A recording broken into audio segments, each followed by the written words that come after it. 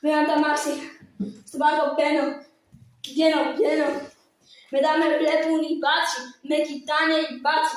Δεν τους λέω, πείτε ρε μπάτσι, ναι ρε πάμε λίγο φυλακή.